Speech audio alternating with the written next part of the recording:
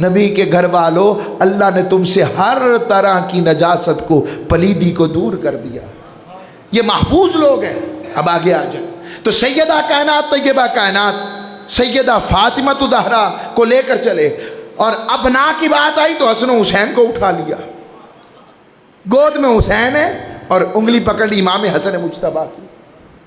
اور انفسنا کی بات آئی تو کہا علی تو میرا نفس، لحم کا لحمی، جسم کا جسمی، نفس مراد پیار میں جان میں شامل کر لیا۔ علی تو میرا گوشت، تیرا گوشت میرا گوشت، تیرا جسم میرا جسم۔ اور آقا علیہ السلام کی یہ حدیث بہت پیاری ہے، جس میں آقا صلی اللہ علیہ وآلہ وسلم نے خود فرمایا ان علی منی وانا منہ وہو ولی کلی مؤمن من بعدی، فرمایا بے شک علی مجھ سے ہے اور میں اس سے ہوں، اور میرے بعد ہر مومن کا ولی علی ہے۔ اور یہ بھی یاد رکھیں، حضور نے فرمایا لا یحب علی منافق ولا یبغضہ مومن، فرمایا علی لا یحب علی، یہ منافق کبھی تجھ سے محبت نہیں کر سکتا، منافق علی سے پیار نہیں کر سکتا۔ وہ لوگ جو ذکر علی اور ذکر اہل بیت کو اس لیے نہیں کرتے اور ڈرتے ہیں کہیں ہمارے معاملے میں یہ معاملہ نہ آ جائے کہ ہم کسی خاص مسلک کے نہ ہو جائیں، یا الزام رکھتے ہیں میں ان سے کہتا ہوں۔ یہ بھی فرمان مصطفیٰ کا سنو، آقا نے فرمایا مومن کے سوا علی سے محبت کر کوئی نہیں سکتا، اور منافق ہی ہے جو علی سے بغض رکھتا ہے، کہیں وہ دوسری طرف نہ چلے جائیں۔ اس لیے ذکر علی پر آئیں، ذکر اہل بیت پر آئیں، اسی میں خیر رہے۔ ہمارے ہر بزرگوں نے جس کو مقام ولایت ملا ہے، ہر ایک کو اگر مقام ولایت ملا ہے تو دروازہ علی سے مہر لگی ہے تو ملا ہے۔ تو یہ 5 لوگ ہو گئے نا، بیٹوں کو بھی لے لیا، شہزادوں کو بھی لے لیا، ان کو لے کے چلے۔ اب بنو نجران کے وہ لوگ دیکھ رہے ہیں کہ ان میں بابا تھا، بزرگ آدمی تھا، وہ کہنے لگے کہ بابا جی، وہ کہنے لگے جو چہرے میں دیکھ رہا ہوں، حضور نے بس اتنی بات کہی، انہیں کہا میں دعا کروں گا تم آمین کہنا۔ چہرے دیکھ لیے۔ اب میں نے بتایا رنگ آقا علیہ السلام کا رنگ، اللہ کا رنگ حضور میں، اور حضور کا رنگ سیدہ کائنات میں، اور پھر مولا علی میں، اور پھر حسن و حسین کی طرف بھی آتا ہوں۔ عرض کر رہا ہوں یہ آل پاک کی شان، وہ 5 چلے اور دعا، حضور نے فرمایا تم آمین کہنا میں دعا کروں گا۔ ان میں ایک بزرگ تھا، بڑا دانا بینا تھا، اس نے چہرے دیکھ کر کہا جن لوگوں کو تم نے مباہلے کا چیلنج دے دیا ہے، جو چہرے دیکھ رہا ہوں جو مصطفیٰ کے ساتھ آئے ہیں، ہائے ہائے، گود میں ہی اللہ نے اسے گوہر عطا کر دیا تھا کہ گود میں حسین کو پہچان گیا۔ کہنے لگا اگر انہوں نے آمین کہا اور انہوں نے دعا کی مصطفیٰ کریم علیہ السلام نے، تو یہ جو کہہ دیں گے رب کر دے گا جو میں چہرے دیکھ رہا ہوں۔ وہ عیسائی نجرانی پادری کو سمجھ لگ گئی ان سے مقابلہ نہیں ہو سکتا۔ یزیدیوں تمہیں سمجھ نہ لگی کہ حسین کون ہے؟ اور آج بھی کچھ ہیں جو امام حسین علیہ السلام کو اور انداز میں پیش کرنے کی جسارت کرتی، اتنی جرت۔ میں ادھر بھی آتا ہوں۔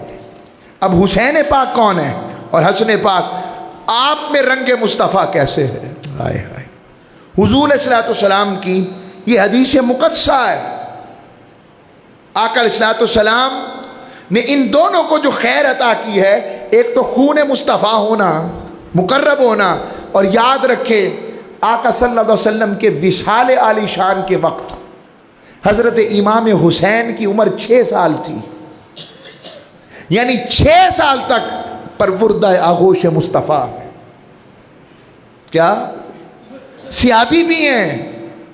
7 سال تک حضرت امام حسن مجتبیٰ نے حضور کی گود میں کھیلے ہیں، اور 5 سال تک سیدہ زینب بھی تاجدار کائنات کی گود میں کھیلی ہیں۔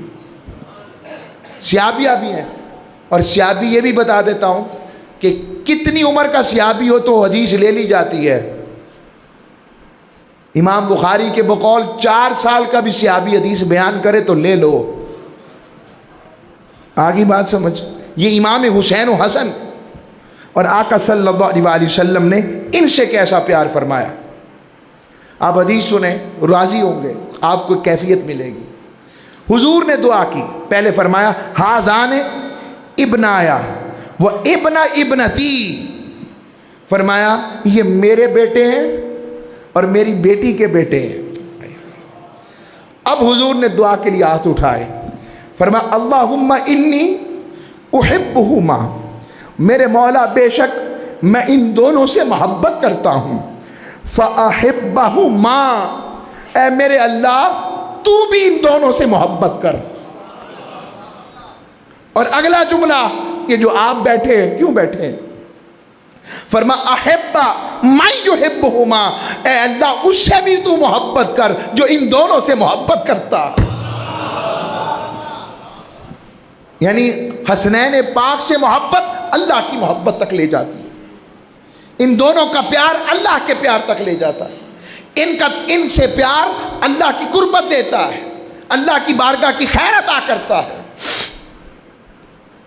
پھر آقا صلی اللہ علیہ وسلم نے یہ بھی ارشاد فرمایا, فرمایا الحسن والحسین سیدا شباب اہل الجنہ, شباب اہل الجنہ, فرمایا حسن و حسین نوجوانان جنت کے سردار ہیں.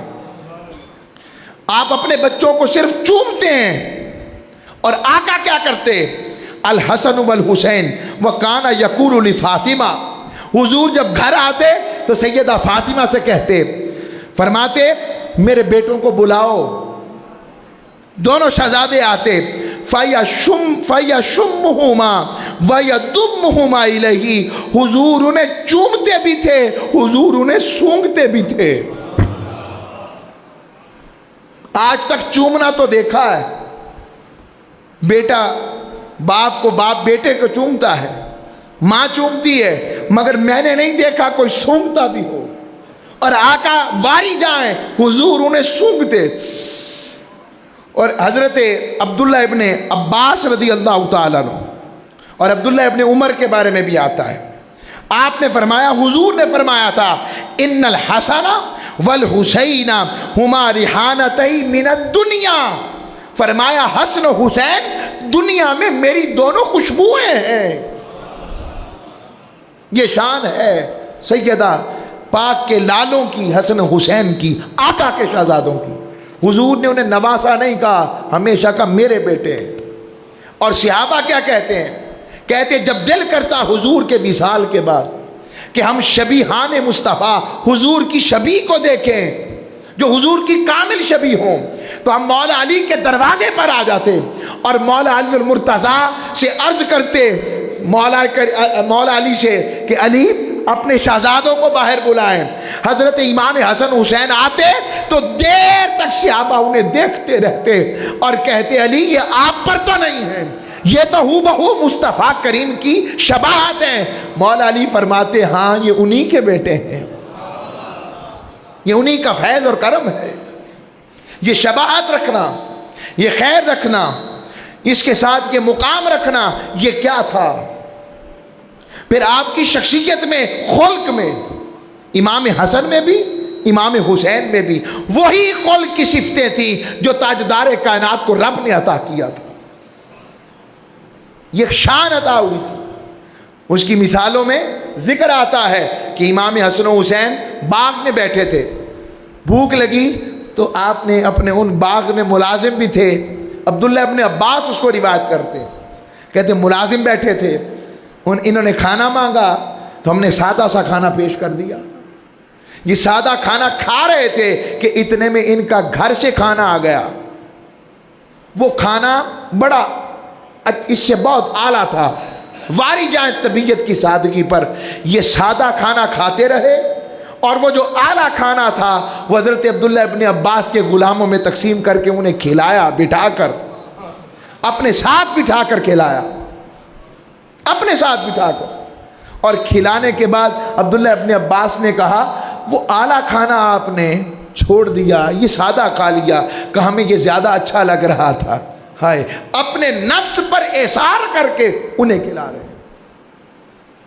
ایک شخص آیا, اس نے خط بھیجا, مجھے یہ پرابلم ہے امام حسن و حسین کی طرف، تو مجھے اتنے پیسے دے دیں۔ حسین پاک اور حسن پاک نے کہا فوراً اس کے پیسے اتنے دے دو، پتہ نہیں کتنے ہزار اور لاکھ تھے۔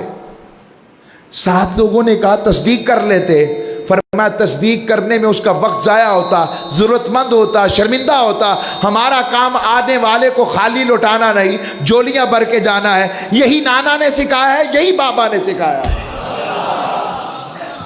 اتنے بڑے لوگ ہیں، میں ایسے آپ کو سینکڑوں مثالیں سنا سکتا ہوں، ان کی شان کی، عطا کی، خلق کی، اخلاق کی، شجاعت کی، یہ بھرا پڑا ہے امام عالی مقام کی شجاعت اور یہ ساری باتیں۔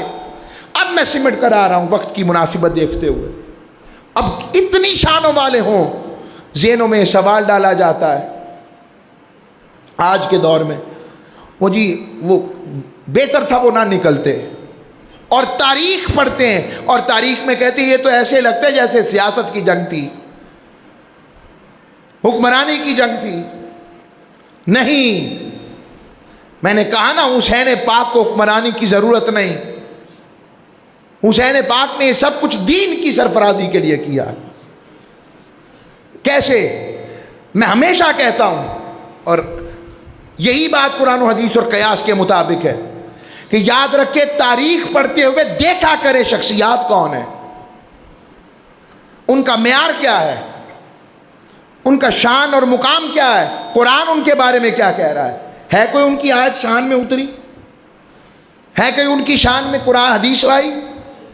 اور ادھر جب حسین پاک آ جائیں جن کی شانیں بیان کرتے ہوئے صحابہ تھکتے نہیں۔ حضرت ابو ہریرہ رضی اللہ تعالیٰ نے ایک جنازے پر گئے، ساتھ امام حسن مجتبیٰ بھی تھے۔ ایسا معاملہ ہوا کہ وہ مٹی تھی، واپس آئے تو حضرت امام حسن کے جوتے پر مٹی لگی تھی۔ آپ امام حسن تھک کے تھوڑی دیر بیٹھے تو حضرت ابو ہریرہ نے اپنی جو چادر تھی جو سر پر لی ہوئی تھی وہ اتاری اور ان کے جوتے صاف کرنا، پالش کرنا شروع کر دی۔ آپ نے کہا ابو ہریرہ یہ آپ کیا کر رہے ہیں؟ عاجزی والے لوگ تھے، کیا کر رہے ہیں؟ کہا آپ کو نہیں پتا آپ کی شان کیا ہے، اگر لوگوں کو پتہ لگ جائے حسن و حسین کی شان کیا ہے آپ کے قدموں کو بھی وہ زمین پہ لگنے نہ دیں۔ یہ صحابہ کا عقیدہ بتا رہا ہوں، کہاں ہے آج یہ عقیدے کی بات ہماری؟